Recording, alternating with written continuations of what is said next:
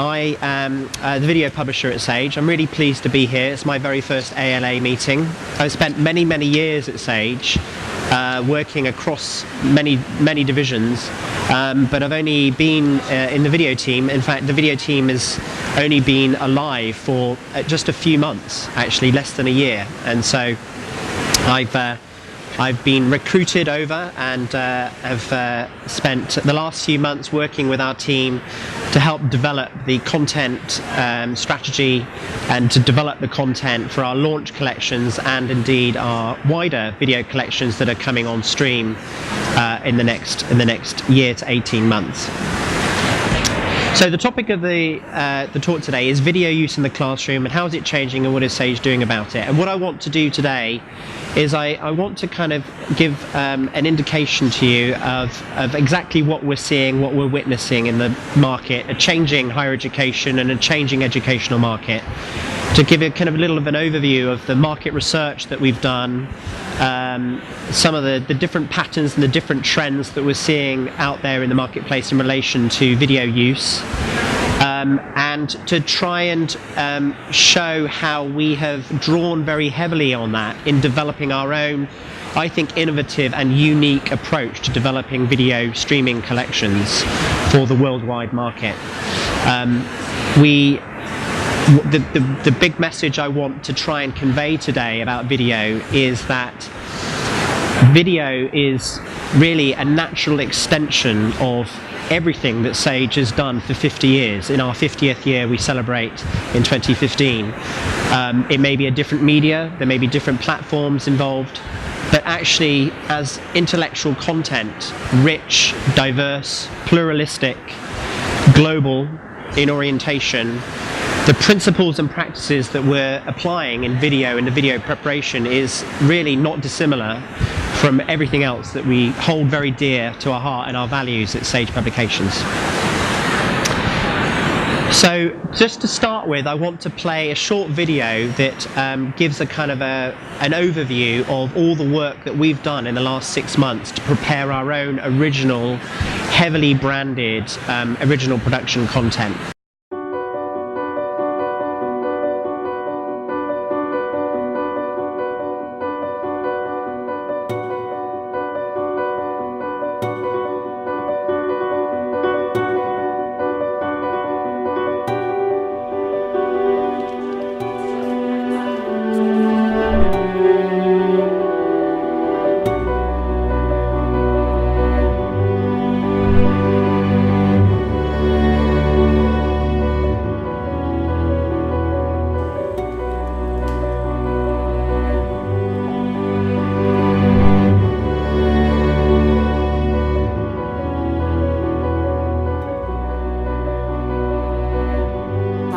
In television and film studies at Keele University. I'm at DePaul University in Chicago, Illinois. The University of California, Berkeley. English in particular. Top of it, but it seems to us that really crucial.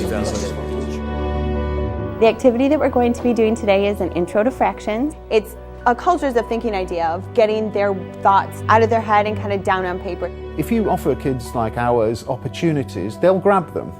If you have the enthusiasm to drive forward what you love doing, they'll buy into it. If I go here, bad things start to happen, you know, and then maybe the bad thing is you end up right here again. And he gets so excited, he describes all the different pieces that he did for his mom, and it's just really great to see him light up. I've just been sent the initial layout of a feature that we're doing on a band called Sleater Kinney. That's the headline, that's the cell, which is kind of a summary of the feature, and it tells you who wrote it, which in this case is me. So we've just done a piece to camera. I've thought ahead about how my script will go, so I know where that will fit in. What makes good video is action, emotion, or insight. When you get all three together, it's a really potent combination.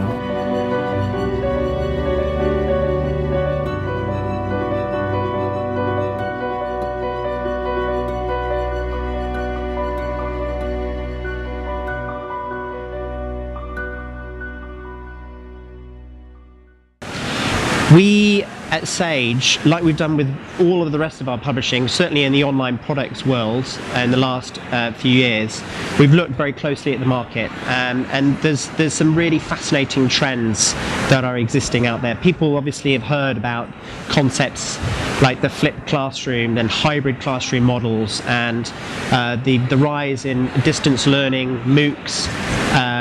It goes on and on. There's been literally in the last 2 or 3 years, there's been a transformation in the higher education market, and actually the higher education market as well has changed. Lots of different institutions have emerged, and within different institutions there's been a different emphasis played on different types of learning, and digital products have really come into the fore in the last 2 or 3 years like never before, and Sage has already been part of that in terms of our product development.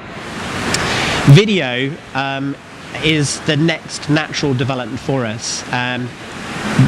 Our conversations with faculty, with librarians, with students, administrators across the world, across the social sciences, across the behavioural sciences, is really giving an enormous indication of just quite how much video is being used in the classroom, just how much librarians are switching over from conventional or traditional means of delivering video, such as analog DVD devices, to streaming video, and the rise in the educational use on campus, both inside and outside of the classroom, has become clearly kind of transformational.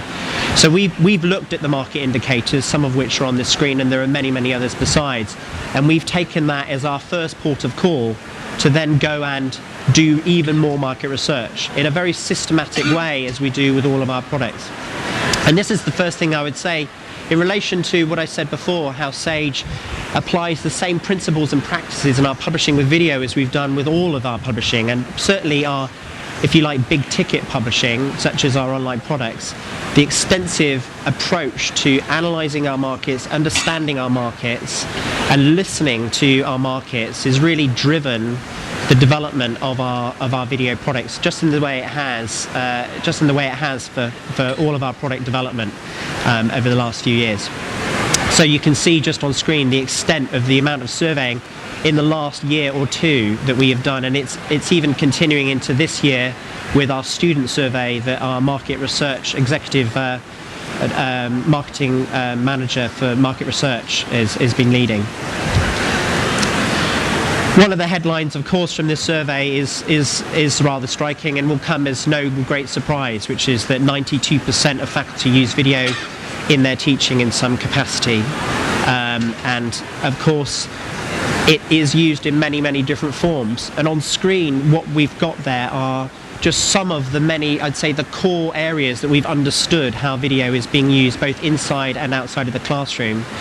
And what I've done is I've illustrated by blue highlighting the key points from each of these qualitative data points, if you like, which lend themselves directly to our content approach.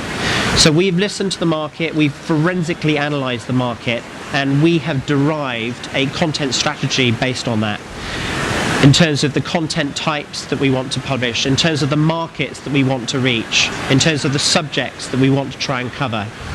So illustrating points, practical skills, bringing different voices into classrooms, bringing different perspectives into classrooms, bringing case study material to life.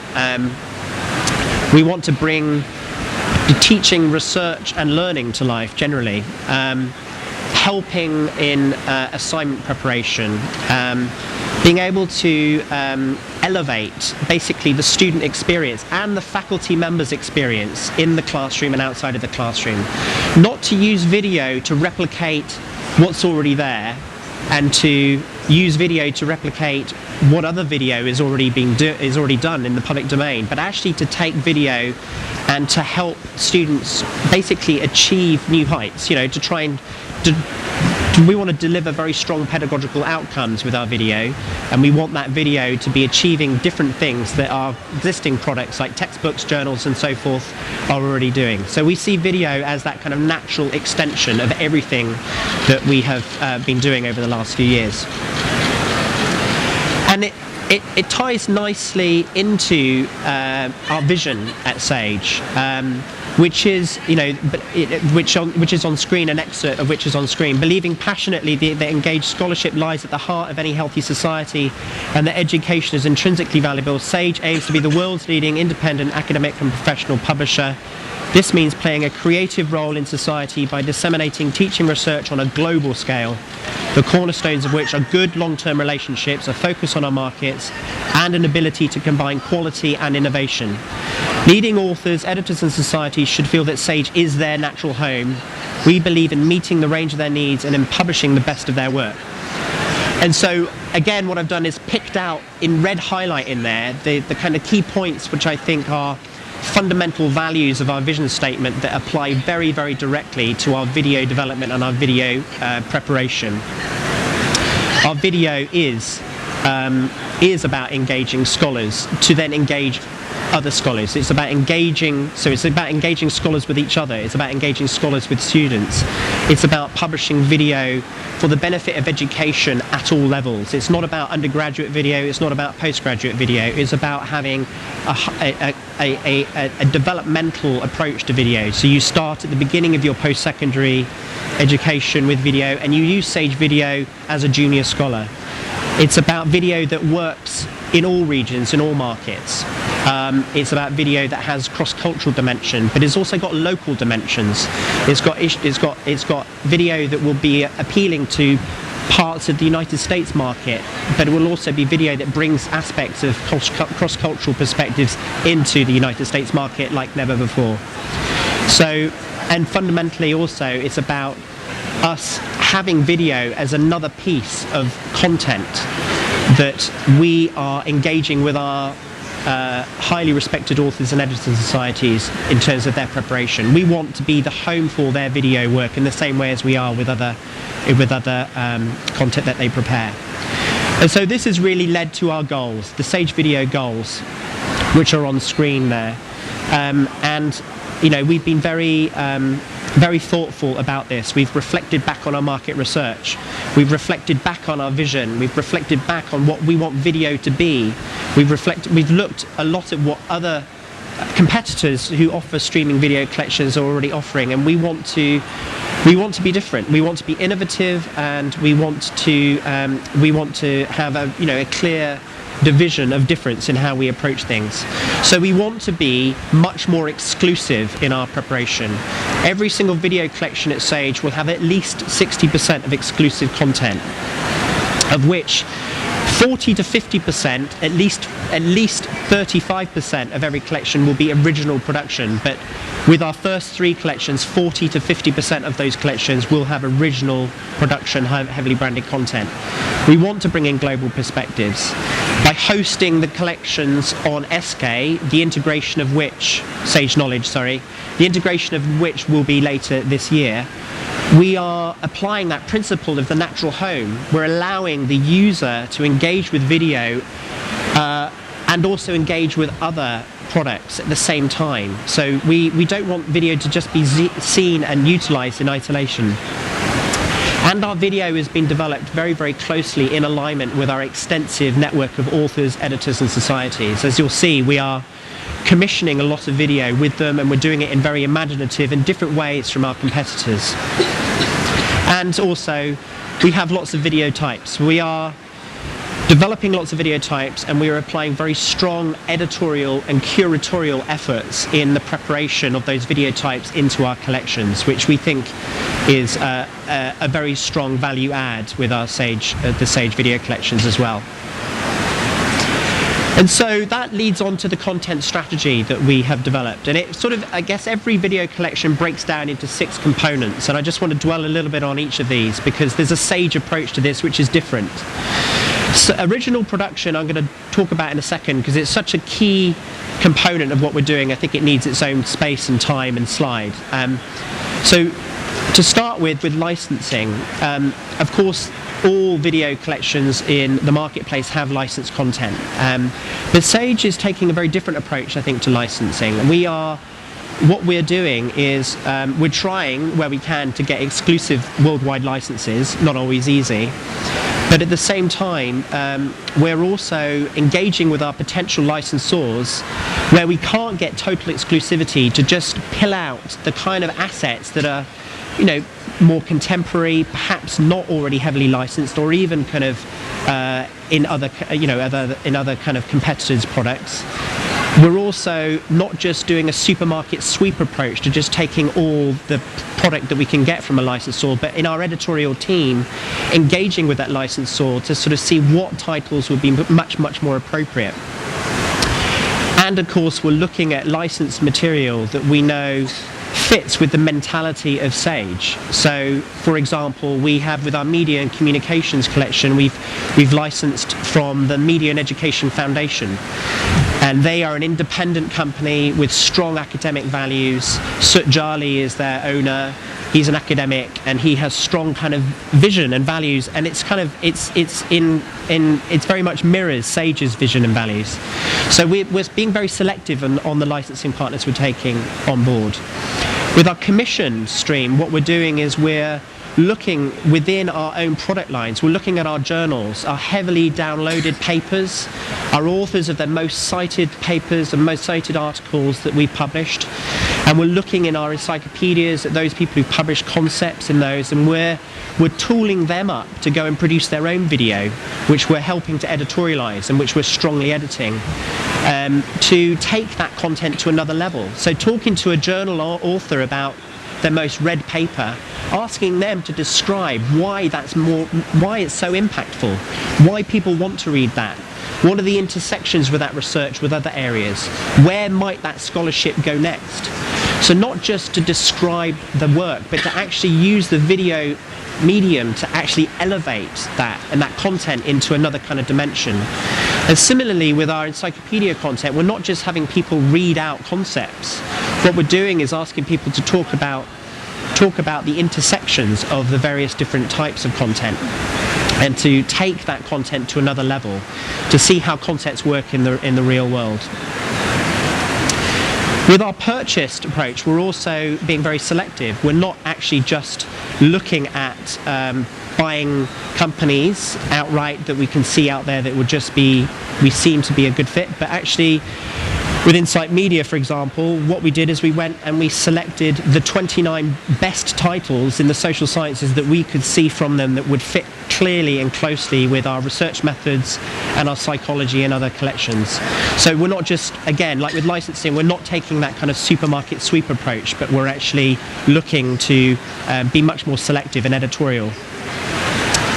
Existing video, we have tons of existing video, much of it behind paywalls, much of it available only by access code.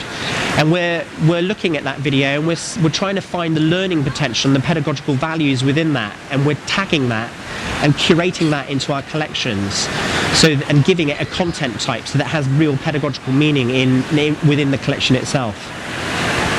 And then finally on this slide, co-production. We're reaching out to our partner societies, many of whom publish our journals. And I think for the very first time, I'm not aware that this is actually happening elsewhere, we're building co-production partnerships with those societies to go in and film content at society meetings, and to have that in our collections so that graduate students, junior faculty members, even undergraduate students can be transported to society meetings through the means of video. Or they can have video assets that are the most contemporary pieces of research that are being communicated assigned to them, you know, to help develop critical awareness or critical evaluative skills. So we're building another level of partnership with our existing partners for societies, over 300 of which we have, and we're using that partnership, leaning on that partnership effectively to create much more video. And so on screen I have a kind of a pie chart that just really breaks down those key areas, and I emphasize again the 60% exclusivity, but the breakdown here is just to try and give a sense that we are really trying to achieve a balance of the 6 overall types. What we're trying to do, and this is a typical breakdown, the 3 collections we're launching this spring will basically resemble this kind of breakdown. We're trying to say we don't want we see the value in licensed material, we see the value in documentary films, but we don't want it all to be that. We also want good original production content, but we don't necessarily want that to make, be the full to outweigh everything else. So we were actually being very careful about trying to allocate a weighting to our collections to make sure that we're delivering that kind of balance and the right pedagogical goals, and that's ultimately the aim.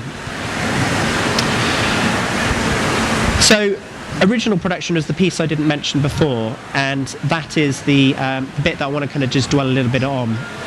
We have about 40% of our collections represents this stream of video. We have 7 types of video that we have developed, which are very strongly developed with its own brand. They're highly produced. We've actually gone and engaged with film production partners. We will be both in the United States and in Europe to actually go and film on location with our editorial guidance and curatorial efforts behind the scenes to prepare these 7 types of video. And this is something we're really excited about, because we see this as a real value proposition for the Sage collections. So I'll show a little snippet of the branding in a second, but just to give a quick overview, the shorts are kind of brief descriptions of concepts, but then take you to another place. They kind of say, how about giving a description of something, but then how do you see that in practice? We've got case study material, different case studies, hot from the lab, back to the real world, critically evaluating that original piece of research. What is the business cases, going and talking to CEOs of businesses, engaging with both practitioners and with academics to kind of produce really high quality case study material on video. We've got, as you've seen from the original film, we've got lots of tutorials where these are heavily stylized, people talking directly to camera with intertext slates, with text on screen, with key learning objectives, with goals set out at the beginning. And all of the tutorials, as with all of these videos, fit very clearly with curricula, which I'll talk about in a second. We've got all these types of video that are really lined up with the curricula of courses. So we've gone and we've researched, we've talked to professors about, and our editorial boards, about exactly what is taught on courses and what kind of case study materials, what kind of tutorials would you like to see, and what are the learning outcomes of those. In practice videos, that's our opportunity to get into places of business, in places of healthcare, in places of education, and to actually elevate that kind of the theoretical principles into practice, to kind of allow a student to see what's the end game for their training, perhaps if they're a counsellor, or to see what teachers face in terms of the challenges of dealing with different types of students, or whatever it might be. So that's a really kind of exclusive viewpoint of the world that students rarely get access to. Forum is our content that we're filming with societies that I mentioned earlier, where we're actually engaging with our key partner societies. Lectures we're taking a different approach to lectures. We're not just filming lectures, but we're going to try and create the Sage TED Talk, really heavily stylized, strongly filmed, good close-ups, interviews with the lecturers themselves before and after, and then actually actually having kind of good into-film text on screen, making sure that we've got potentially B-roll footage, other footage that come into those films to actually kind of bring some of those lectures to life. So it's not just about a static talking head, but actually something where you can see some other things going on outside of the classroom in parallel. And then we have our expert stream, which is our authors, our editors, where we're actually going and filming people, and we're actually spending time at conferences to get them to give their perspective on their discipline, their 30,000-foot viewpoint on exactly what it is that they see about the world of their academic world.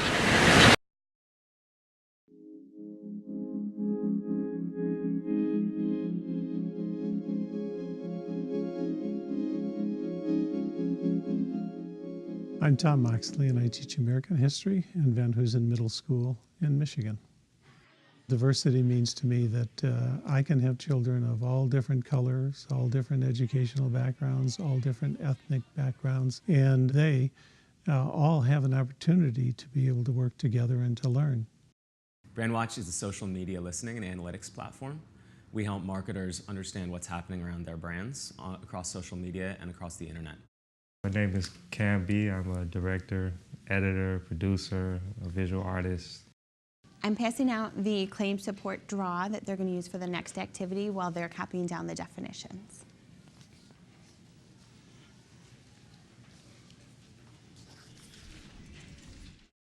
I think we need to educate teens on the risks and the long-term consequences and the real problem of unintended distribution of these images. So, in this tutorial, we've talked about various aspects of mobile youth culture and also some of the social fears that are out there, and I've tried to offer different ways of thinking about those fears that we oftentimes see in the media.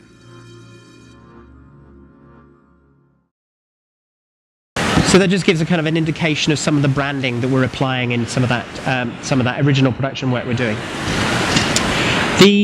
The second thing I want to say, another value add that with these collections is that we're taking a very strongly curatorial approach. So on the left-hand side of the screen we have a taxonomy. This has been developed in alignment with curricula worldwide, with our editorial boards, looking at the market, talking to our authors. And then on the right-hand side of the screen, I've just got a couple of pie charts that really indicate the types of video that we've developed that pin directly into that taxonomy.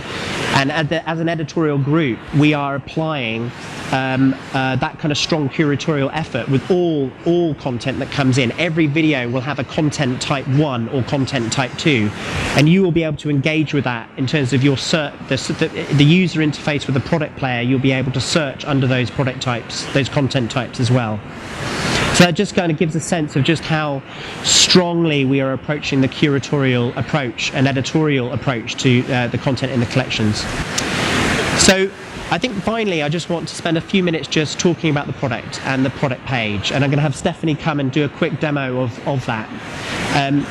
Just very quickly, as I've said before, this is going to be housed on our SK platform, and so the user experience will be very similar to what people have experienced with SK. When we fully integrated video within SK later this year, what you'll be able to do is engage with it and be able to, whatever terms you're putting in the search of SK, you'll be able to pull up multiple different types of content, video being one of them. And so I just use this screen to really indicate just that kind of integrative approach that we're taking. So this is a recording of just the general features. So on the product pages, you'll see we have a clear indication of the title of the video, and then we've segmented each video into chapters, which you can navigate, as you just saw demonstrated. We've got our citation tool. So we'll have export and copy. You'll be able to save a list of your videos that you prefer, email links, or share them on social media.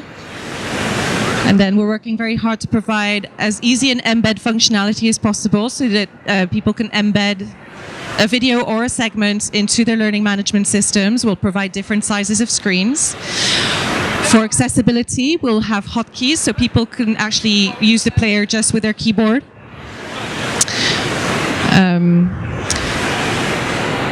And then we have our transcript functionality. So as you can see, the transcript scrolls at the same time as the video.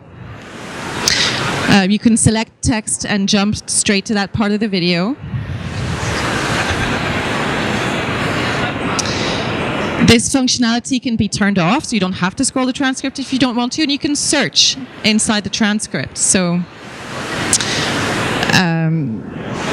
this means that once you've landed on the page, you can quickly check exactly how relevant that content is to you and easily find the section of the video that you're really interested in watching. And so we will highlight, doing a search will highlight the terms.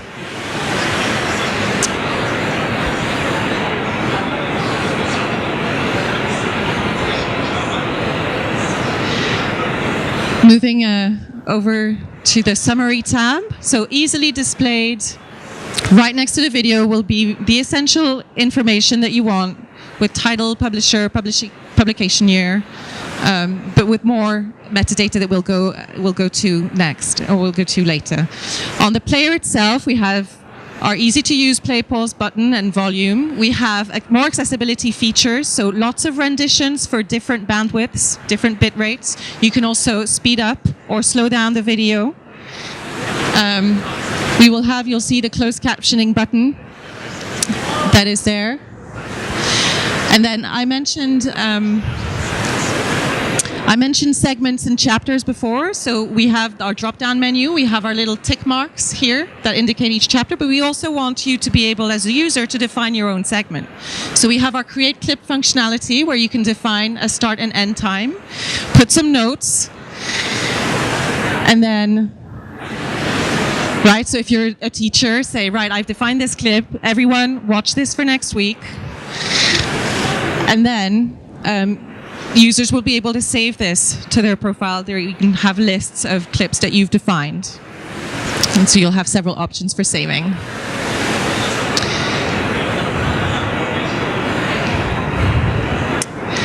As you scroll down, we provide robust metadata that's going to drive advanced search functionality, so that we'll have very complete information on who is in which video, what is discussed. We'll have an abstract, lots of keywords. And as you can see, as you scroll down the page, you don't have to stop watching your video. It actually continues to play as you navigate, and you'll have your tools and your segment navigation still available as you check. We have also segment level information, so to just give you what's in this particular chapter, and we'll have related content. So again, as of August 2015, this will provide related content across video, books, case studies, and any other material that's on our Sage Knowledge platform. And then an easy floating button, which you may not have seen, which will easily take you back to the top of the page. And that is our platform that we're very excited to bring to you in April 2015. Just to close, I just want to show this is a fully responsive product page, and it will work on all mobile devices, so that's also something that's quite new, and we have all of the features work, and we've worked very hard to try and make sure that the menus and the kind of features of the product will actually work as the various devices spin around, or indeed as pages scroll down. So we have a sticky menu, much as actually as Stephanie was able to demonstrate there on screen. And so the user experience in a mobile environment is not interrupted at all from the conventional PC environment. So that gives you a broad overview and is a conclusion to the talk. I hope it's sort of given you a strong sense of just the editorial mission really that we've taken, and a little bit about how we've taken our editorial approach and applied it based on our understanding of the market and what's actually going on there in the educational market worldwide, and applying some very kind of innovative principles and practices to the development of Sage Video. So thanks very much for your time. Appreciate it.